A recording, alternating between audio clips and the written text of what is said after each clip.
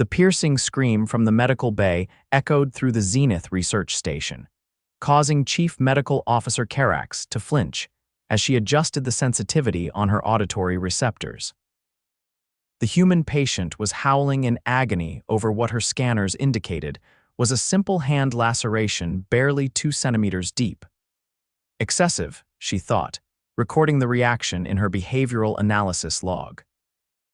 This was the third such overreaction from a human crew member this week, and Karax was beginning to wonder if all the stories about human fragility were actually understatements. "Please remain still, Engineer Gray," Karax said, her 4 eyes blinking in sequence as she attempted to disinfect the wound. "Your vital signs are stable. This injury is minor." Gabe Xavier clutched his bleeding hand to his chest, pulling away from the alien doctor. "Minor. There's a piece of metal stuck in my palm. Of course I'm going to react." Karax's skin shifted from its normal blue-green to a more purplish hue. What the humans had learned was a sign of frustration. "The Tellurian pain response continues to confound me," she said, making another note in her log. "Your species appears to have evolved an excessive pain perception system. Even the smallest injuries elicit dramatic responses." The Zenith station represented humanity's first joint scientific venture with the Vexari, a technologically advanced species who had made contact with Earth just 5 years earlier. The space station orbited Mars, conducting research on terraforming technologies and serving as a cultural exchange point. For most of the 87 human and 52 Vexari crew members, it was their first experience with interspecies collaboration. Gabe gritted his teeth as Karax finally removed the metal shard and applied a healing compound. "It's not excessive. Pain tells us when something's wrong with our bodies. It's a survival mechanism." "Perhaps," Karax replied skeptically, "but the Vexari evolved with a much more efficient system. We recognize damage without the need for such theatrical responses." Gabe shook his head but didn't argue further. After 3 months on the station, he'd learned that debating biological differences with the Vexari was usually pointless. They were brilliant engineers and scientists, but their rigid thinking and their own painless physiology made it difficult for them to understand human experiences. The next day, Gabe was working in Engineering Section 7, repairing a coolant manifold with Drax, his Vexari counterpart. Despite their differences, the two had developed a functional professional relationship over their shared expertise in environmental systems. "The human medical staff has expressed concerns about your species' work pace," Drax said as he handed Gabe a specialized wrench. "They claim Vexari supervisors are not allowing adequate rest periods."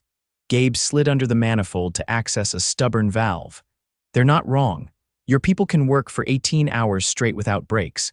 Our bodies aren't built for that." "Your inefficiency is noted in all performance metrics," Drax stated, his voice toneless. "Yet Station Director Torvax insists we accommodate your limitations." "They're not limitations, they're differences," Gabe replied, his voice echoing slightly in the confined space.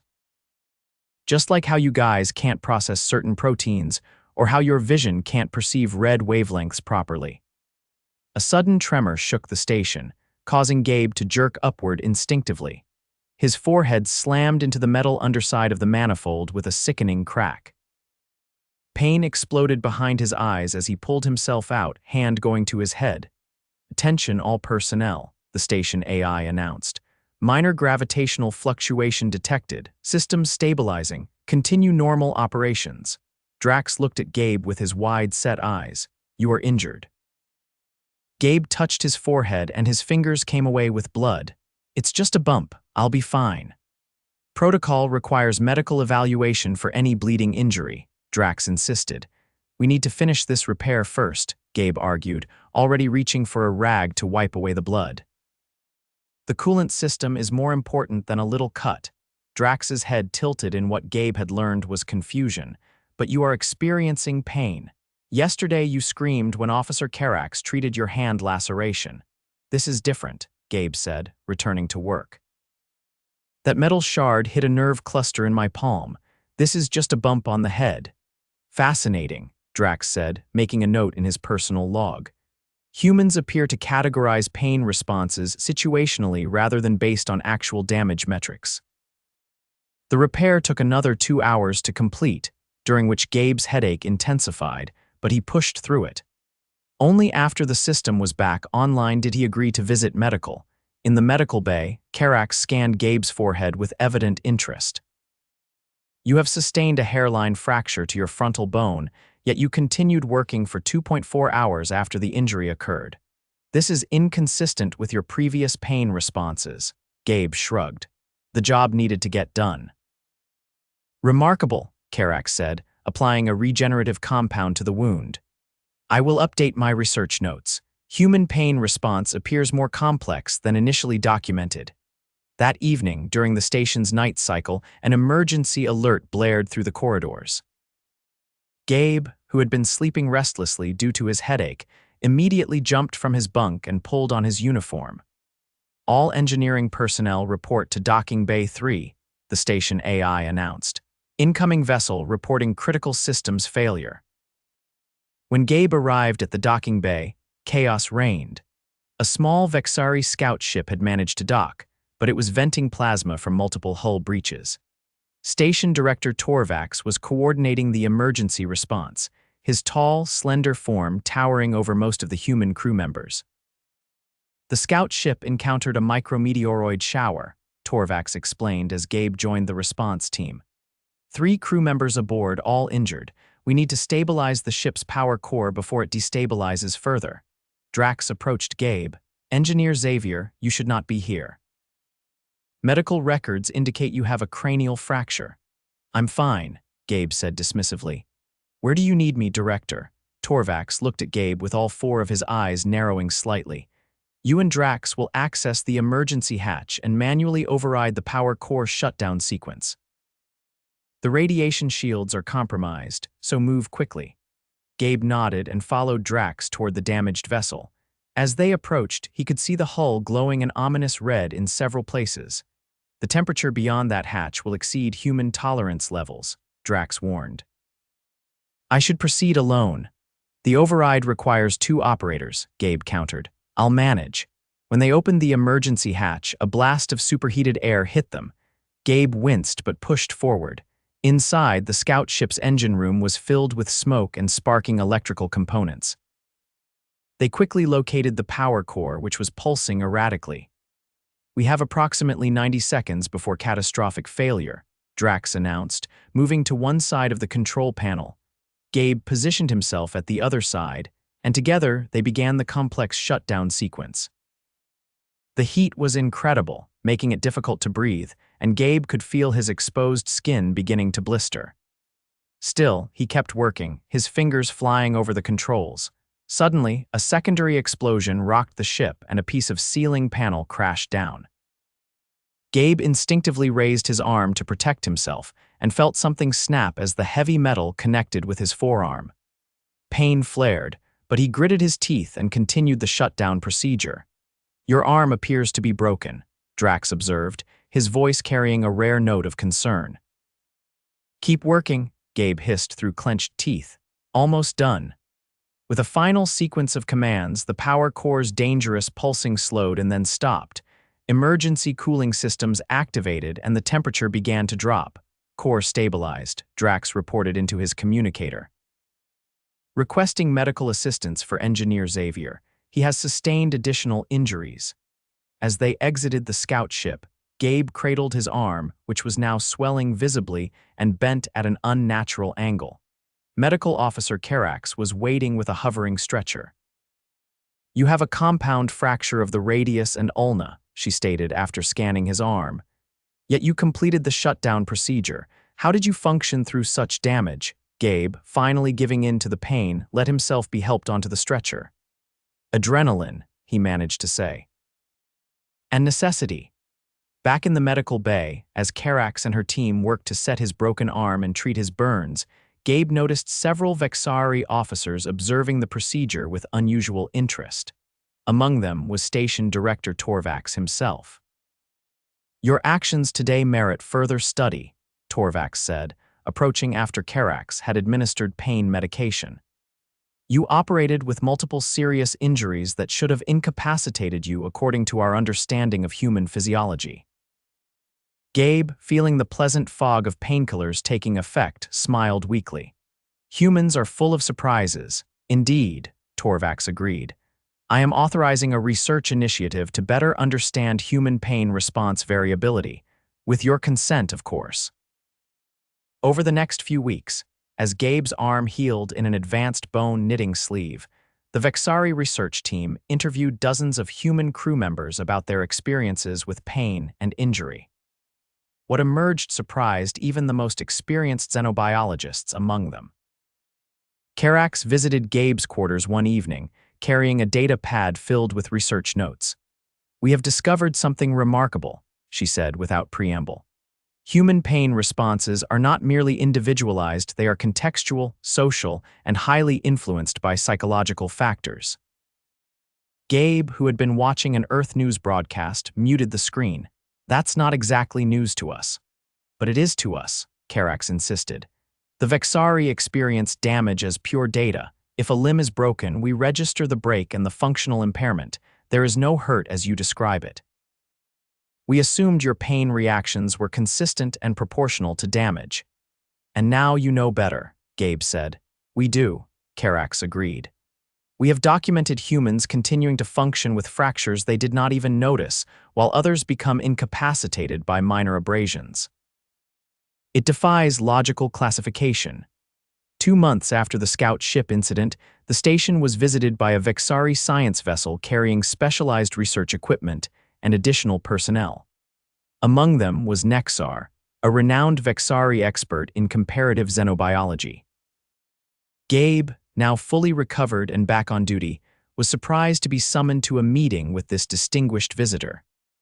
When he arrived at the conference room, he found not only Nexar but also Director Torvax, Medical Officer Karax, and several other high-ranking Vexari.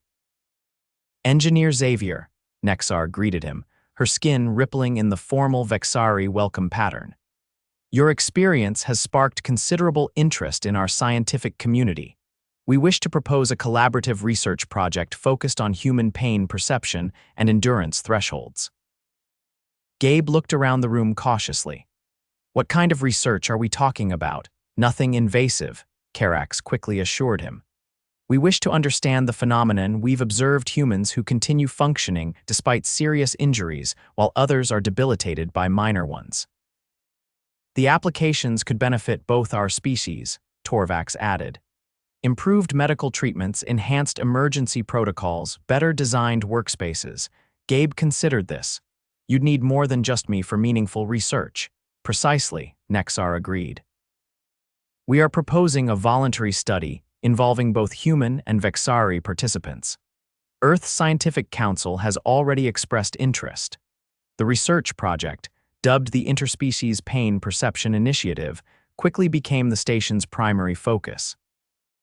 Volunteers underwent various tests that measured pain thresholds and responses to different stimuli, all carefully designed to be ethically sound and non-harmful. One day, while helping set up some equipment for the research team, Gabe met Carson Nash, a human neurologist who had arrived with the latest supply shuttle. "So you're the famous Gabriel Xavier," she said, extending her hand. "The man who broke the Vexari understanding of human pain response." Gabe shook her hand, smiling. "I think that's overstating things a bit." "Not according to the Vexari," Carson replied. "They're completely fascinated by you, especially after they reviewed your complete medical history and found out about your childhood." Gabe stiffened slightly. "What about my childhood?" "The osteogenesis imperfecta," Carson said. "Type I, right? Mild form, but you still had multiple fractures growing up." Gabe nodded slowly. 7 before I was 12, but I've been on treatment since then. The bone density medications have been effective." "That's exactly what makes you so interesting to them," Carson explained. "You developed different pain processing because of your condition. You learned to distinguish between different types of pain, to categorize them by importance." Before Gabe could respond, an alarm blared through the station. "Warning, hull breach detected in Science Section 4. Emergency protocols activated." All personnel evacuate affected areas immediately. Gabe and Carson exchanged alarmed looks before rushing toward the emergency response station. When they arrived, they found controlled chaos as crew members coordinated the evacuation and damage control efforts. "What happened?" Gabe asked Drax, who was monitoring the environmental systems. "Experimental pressure chamber failed catastrophically," Drax replied.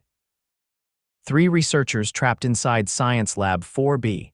Automated systems have sealed the section, but life support is compromised. Director Torvax approached, his normally composed demeanor visibly shaken. The trapped researchers include Nexar and 2 human scientists. Rescue teams are preparing, but the section's structural integrity is critical. "What's the access point?" Gabe asked. "Maintenance shaft 4C could provide entry," Drax said, "but sensors indicate temperatures have dropped to -40 degrees due to coolant leakage. No Vexari can survive those conditions. But humans might," Carson interjected. "Our cold tolerance is better than yours, especially with proper gear." Torvax looked at them. "The rescue team is assembling thermal suits, but it will take 20 minutes to prepare properly." The trapped researchers may not have that long. Gabe made a quick decision. "I'll go now. Get me whatever thermal protection you can in the next 5 minutes.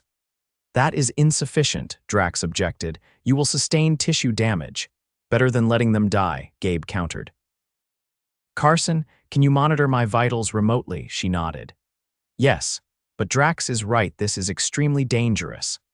Nevertheless, 5 minutes later, Gabe was squeezing into maintenance shaft 4C wearing an emergency thermal layer that everyone acknowledged was inadequate for the conditions. He carried a small pack with medical supplies and emergency breathing apparatus for the trapped researchers. "Your core temperature is already dropping," Carson's voice came through his communicator as he crawled through the increasingly cold passage. "How are you feeling?" "Cold," Gabe replied tersely, his breath fogging in front of him. "But I'm moving fast, almost there." When he reached the sealed laboratory door, his fingers were numb despite the thermal gloves. The override panel was frosted over, and he had to chip away ice to access it. "I can see them," he reported, looking through the small window in the door. "All 3 are alive, but Nexar appears unconscious. Her species enters a protective stasis in extreme cold," Karax's voice explained. "The humans, conscious but struggling," Gabe reported, working on the override. "Doors frozen. I need more force." Using an emergency tool from his pack, Gabe managed to force the door open enough to squeeze through. Inside, the laboratory was a scene of destruction. The pressure chamber had imploded, sending debris throughout the room. The 2 human researchers, a man and a woman Gabe didn't recognize, were huddled together near an emergency power cell that provided minimal heat. "Help Nexar first," the male researcher called out, his voice shaking with cold. "She stopped responding 5 minutes ago." Gabe moved quickly to the Vexari scientist, attaching the emergency breathing apparatus to her and activating its heating function. Her skin, normally a vibrant blue-green, had faded to a dull gray. "I've got Nexar stabilized," he reported, moving to the human researchers now. As he helped the 2 scientists to their feet, Gabe became aware of a sharp pain in his left leg. Looking down, he saw a piece of metal protruding from his calf, which he must have struck when entering the lab. Blood was freezing around the wound. "Gabe, your vital signs are showing increased stress," Carson's voice came through. "What's happening?" "Just a scratch," he replied, focused on helping the female researcher who was struggling to walk. "We're moving to the maintenance shaft now." Getting all 3 injured people through the narrow maintenance shaft was a grueling process. Gabe went first, pulling Nexar's unconscious form, while the 2 human researchers followed behind. The cold was intense, and Gabe could feel his extremities going numb, a dangerous sign of advancing hypothermia. "Talk to me, Gabe," Carson urged through the communicator. "Your core temperature is dangerously low." "Almost there," he managed to say, though his words were slurring. "Can see the exit." When they finally emerged from the maintenance shaft, medical teams were waiting. Gabe helped hand Nexar over to the Vexari medical staff before collapsing to the floor, his strength finally giving out. He woke in the medical bay, surrounded by monitoring equipment. Carson was reviewing his charts when she noticed he was awake. "Welcome back," she said with a smile. "You've been out for about 16 hours. Gabe tried to sit up but found his body uncooperative. The others, all recovering well," Carson assured him. Nexar has already regained consciousness. The other 2 researchers have mild frostbite but will make full recoveries. "And me?" Gabe asked, becoming aware of various pains throughout his body. 3 fractured toes from frostbite, a puncture wound in your left calf that required 20 stitches, and moderate hypothermia, Carson listed. "Also, you aggravated your previous arm fracture, though the bone itself didn't re-break." Gabe winced. "No wonder I feel terrible." "Which brings me to the interesting part," Carson continued. "When the medical team was treating you, they discovered that you also had 2 fractured ribs and a hairline fracture in your right ankle. Based on the bone healing already present, these injuries occurred during your rescue effort and you never mentioned them." "I didn't know," Gabe admitted. "I felt some pain, but with the cold and everything else happening." "Exactly," a new voice said. Gabe turned to see Karax entering the medical bay, accompanied by Nexar, who moved slowly but appeared recovered from her ordeal. "Engineer Xavier," Nexar said formally, "I owe you my life, but more than that, you have provided invaluable data for our research." Gabe looked confused. "I don't understand. You sustained multiple fractures during a rescue operation yet continued to function at near optimal levels," Karax explained. "This is the most dramatic example yet of the phenomenon we've been studying." Carson nodded. "The Vexari have been struggling to understand how humans can sometimes ignore serious injuries, while other times react strongly to minor ones. Your case demonstrates the extreme end of that spectrum. We had theorized that human pain perception was partially psychological," Nexar added, "but your actions provide concrete evidence. When the survival of others depended on you, your brain effectively deprioritized pain signals that would otherwise be debilitating." Over the next few weeks, as Gabe recovered from his injuries, the research project made significant breakthroughs in understanding the differences between human and Vexari physiological responses. The findings extended beyond pain perception to encompass stress responses, healing mechanisms, and adaptive physiology. 6 months after the scout ship incident that had started it all, Gabe found himself in the station's observation dome, looking out at the Martian surface below. The red planet was beginning to show the first signs of the terraforming process that was the station's primary mission. Karax joined him, her movements graceful in the station's artificial gravity. "The Earth Science Council has approved the next phase of our research," she said. "We will be developing new medical protocols based on our findings." Gabe nodded. "I heard. Carson's excited about the potential applications for chronic pain treatment." "The Vexari Medical Collective is equally interested in applying some aspects of human pain response to our own health care," Karax admitted. "Not the pain itself, of course, but the adaptive prioritization your brains perform automatically. It's strange to think that something we take for granted, our relationship with pain, could be so revolutionary to another species," Gabe mused. "Not just revolutionary," Karax corrected. "Transformative. Before this research, many Vexari considered humans to be fragile and inconsistent. Now we understand that your apparent contradictions are actually sophisticated adaptive mechanisms." A small alert chimed on Karax's communication device. "Director Torvax is requesting our presence in the main conference room," she said. "The Joint Human Vexari Commission has reached a decision about the proposed medical exchange program." As they walked through the station corridors, Gabe noticed how much had changed since his arrival nearly a year ago. Human and Vexari crew members worked side by side with greater understanding and fewer misunderstandings. The initial awkwardness had given way to a productive partnership based on mutual respect for their differences. In the conference room, Director Torvax and the human station commander, Admiral Helena Porter, were waiting alongside a holographic projection of officials from both Earth and the Vexari homeworld. "Engineer Xavier, Medical Officer Karax," Torvax greeted them. We are pleased to inform you that both our governments have approved the establishment of the Interspecies Medical Institute to be headquartered here on Zenith Station. Admiral Porter nodded. Your research has opened new pathways for cooperation. The Institute will focus on developing medical technologies that benefit both species, with pain management and injury response as primary research areas. We would like you both to serve as founding advisors, Torvax continued. Your first-hand experience with these issues makes you uniquely qualified. After the meeting, Carson found Gabe in the station's mess hall, staring thoughtfully at his food. You don't look like someone who just received a prestigious appointment, she observed, sitting across from him. Gabe smiled slightly. Just thinking about how all of this started with me hitting my head on a coolant manifold, Carson laughed. And now you're helping reshape interspecies medicine, not bad for an engineer with a high pain threshold. That's the thing, Gabe said. I don't actually have a high pain threshold according to the research. I just process it differently because of my childhood experiences. Which is exactly why this work matters, Carson pointed out.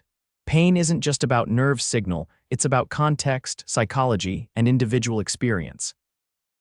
The Vexari are fascinated by this because it's so different from their experience of the world. Do you think they'll ever truly understand it? Gabe asked. How pain can be both terrible and useful, how we can sometimes push through it and other times be completely overwhelmed by it. Maybe not completely, Carson admitted. Just like we'll never fully understand what it's like to experience damage as pure data without the emotional component of pain. But that's the point of this whole project, building bridges across those differences. A year later, the Interspecies Medical Institute had developed its first major breakthrough. A neural interface that allowed Vexari physicians to experience a simulation of human pain responses, enabling them to better treat human patients. Conversely, human doctors gained access to the precise damage assessment capabilities that the Vexari possessed naturally. At the official unveiling ceremony, Gabe stood alongside Karax, Drax, and Carson as representatives from Earth, and the Vexari homeworld celebrated the achievement. From misunderstanding to innovation, Karax remarked quietly to Gabe. When I first treated you, I believed humans simply exaggerated their pain responses for attention or sympathy. And I thought the Vexari were coldly dismissive of our suffering, Gabe replied. We were both wrong in interesting ways. Director Torvax approached them after the ceremony. The neural interface is merely the beginning, he said.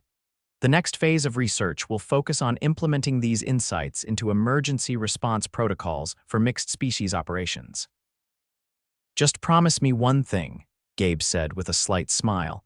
The testing phase won't involve me breaking any more bones. Torvax's skin rippled in what Gabe now recognized as the Vexari equivalent of laughter. I believe you have contributed more than enough data in that regard, Engineer Xavier. Though your capacity to function despite multiple fractures remains a subject of ongoing scientific interest. As the celebration continued around them, Gabe found himself reflecting on the unexpected journey that had brought them all to this point. What had begun as a cultural misunderstanding about pain had evolved into a profound exchange of knowledge that promised to benefit both species for generations to come. You know what the most interesting finding was, Carson said, joining their conversation. It wasn't just that some humans don't notice fractures, it's that pain itself serves different functions for us than the Vexari ever imagined. It's not just a warning system. It's part of how we understand our own bodies and limitations. And sometimes, Gabe added, how we learn to move beyond them.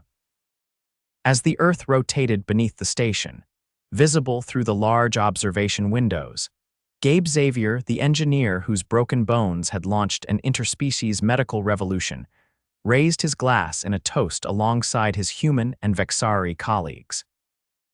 Their differences, once sources of confusion and frustration, had become the foundation for understanding and progress.